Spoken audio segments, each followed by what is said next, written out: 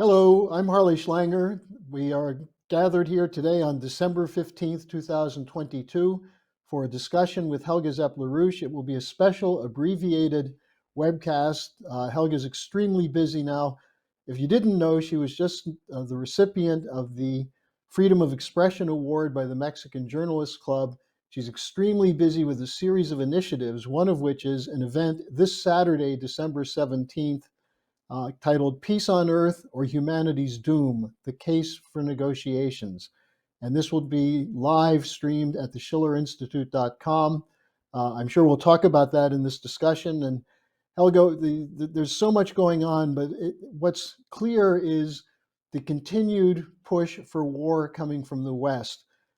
This includes the charge that Putin is preparing for a nuclear war when in fact it's the United States which has announced the first strike doctrine. Why don't we start with that? Well, I want the audience that is you to really wake up, because we are in a situation where we are literally one step away from a nuclear catastrophe. The reason why I'm saying that is because the escalation going between NATO and Russia, escalating in ways which most people have no inkling of. So what happened recently is that quite, not noticed by the general public, it is that the Biden administration reversed a long-standing policy of not first use of nuclear weapons. And basically, according to various reliable sources, has left the opportunity or the option open to use nuclear weapons also against a conventional attack, or even under certain circumstances as a first strike. Now, this has to be seen in the context of Ukrainian incursions deep into the territory of Russia, 500 kilometers, and a general escalation of the situation. So this led now to a response from Putin, who a couple of days ago at a press conference in Bishkek, Kyrgyzstan, was basically announcing that this change in the U.S. nuclear posture is having the effect on Russia, that they are also reviewing their so far nuclear doctrine of only using nuclear weapons in the case that the territory and the state of Russia is under an existential threat and has been retaliatory, and that they are now basically reviewing this with the idea of learning from the US in terms of preserving their own interest only.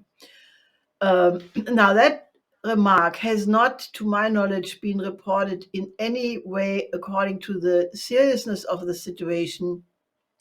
Namely, that if you have two nuclear powers, each having about 6,000 nuclear warheads, 1,588 on the Russian side are basically combat ready, launch on warning any minute. You can assume a similar number on the Western side.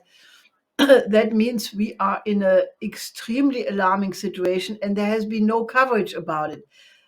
To the contrary, the media are all lying, and one cannot call it in any other way, that Putin again would have threatened to use tactical nuclear weapons in Ukraine. And he has said the opposite. He has said that if it comes to that, then the full arsenal will be used. And that at no point, neither Putin nor any other Russian official ever said to use tactical nuclear weapons in Ukraine. So, basically, what scares me about this, and I think everybody should be scared, is the fact that you have such a clear escalation and nobody of any standing is commenting about it. You have some people like Colonel Richard Black, the former senator from Virginia, who is outspoken. Then people like Paul Craig Roberts, Richard Falk, all of these people have, and several more, have put out absolute alarmed statements, but they're not being noticed. They are basically not in the mainstream media, and therefore the general public does not know about this escalation. Now, this is why, the Schiller Institute has issued another call, this time to basically pick up on the offer of the Pope, which he made a little while ago and which was now reiterated by the Secretary of State of the Vatican, Cardinal Pietro Parolin, to offer the venue of the Vatican as a place for negotiation without precondition.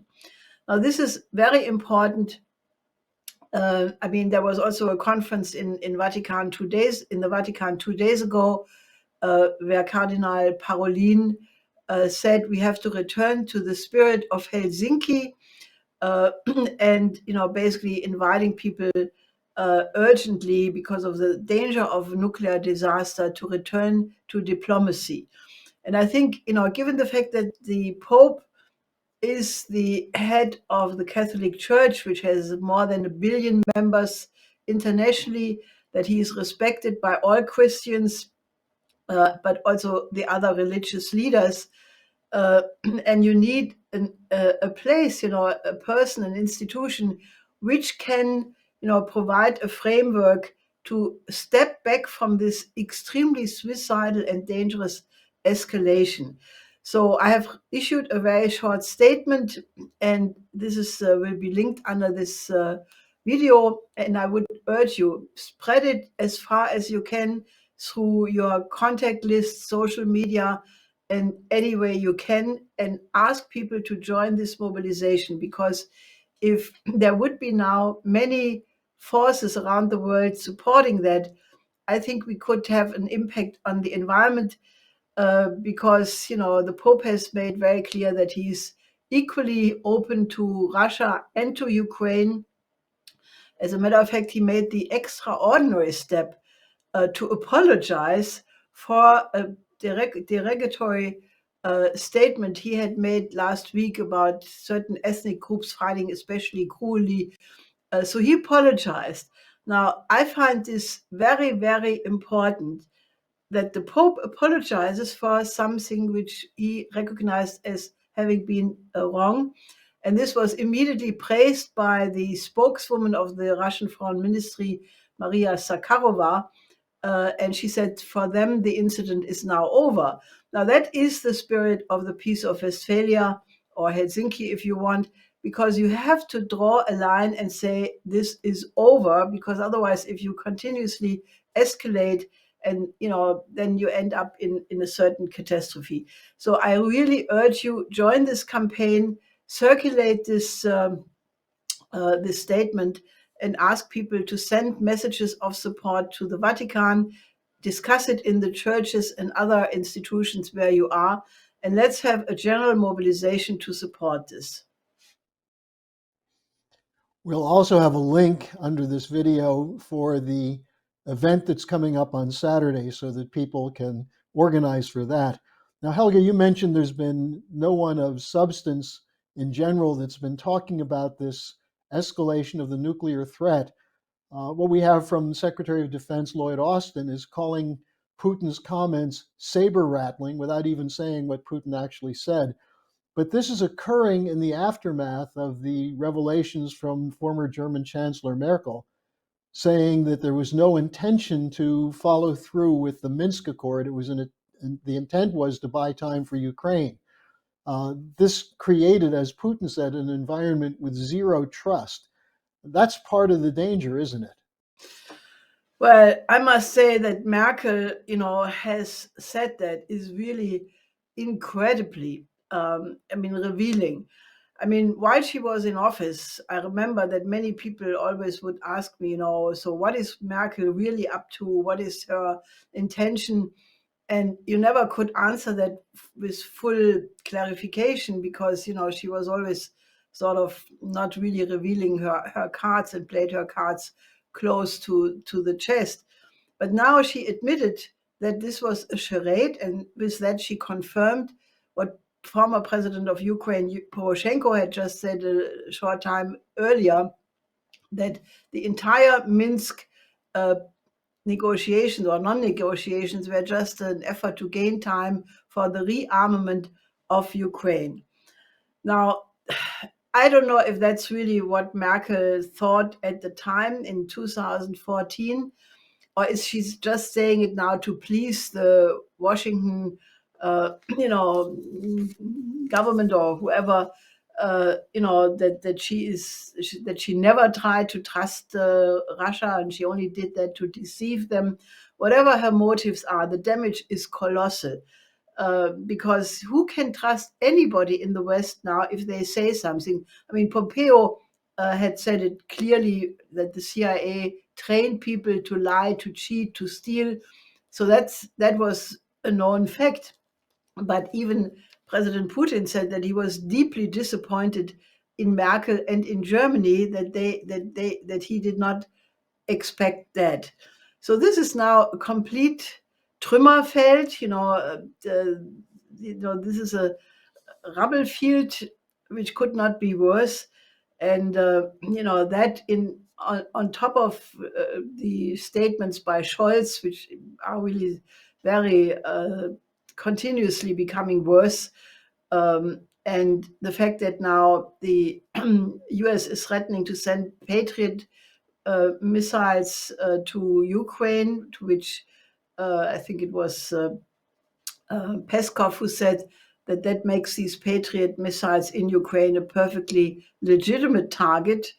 And the fact that the Ukrainian soldiers are supposed to be trained for these Patriot missiles in Grafenwöhr in Germany makes Germany even one step more a partner in the war.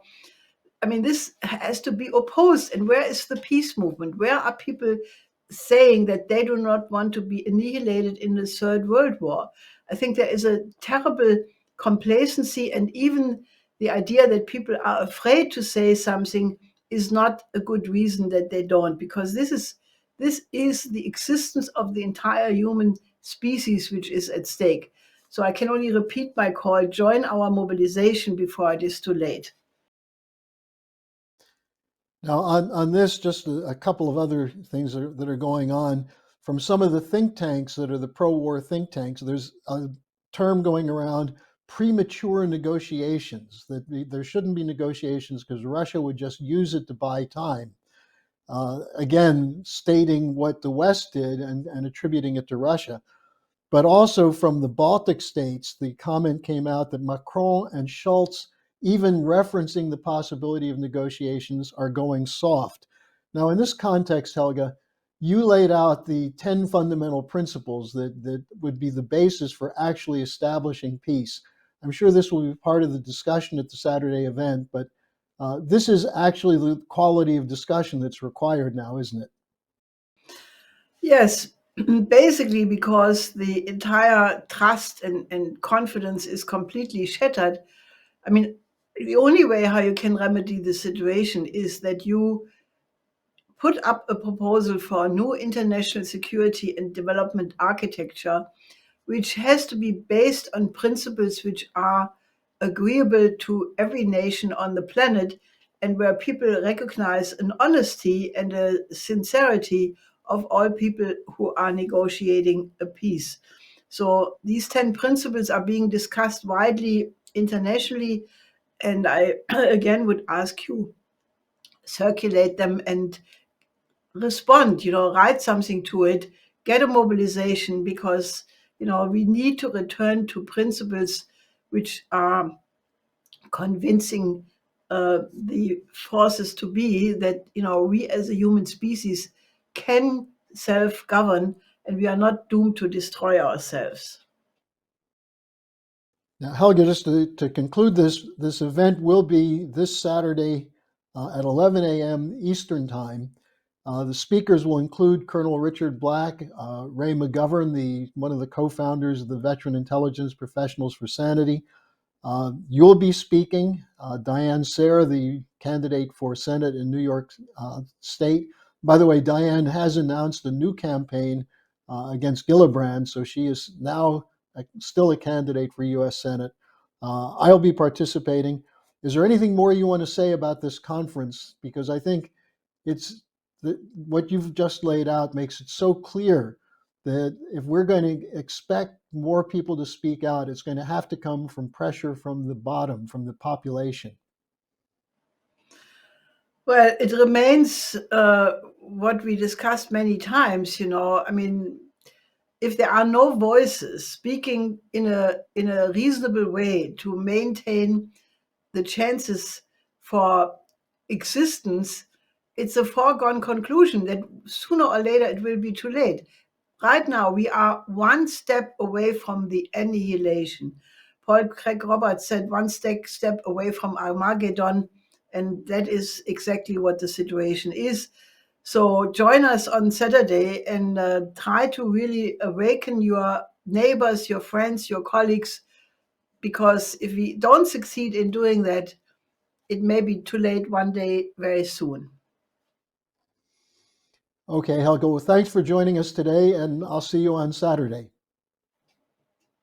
Till Saturday.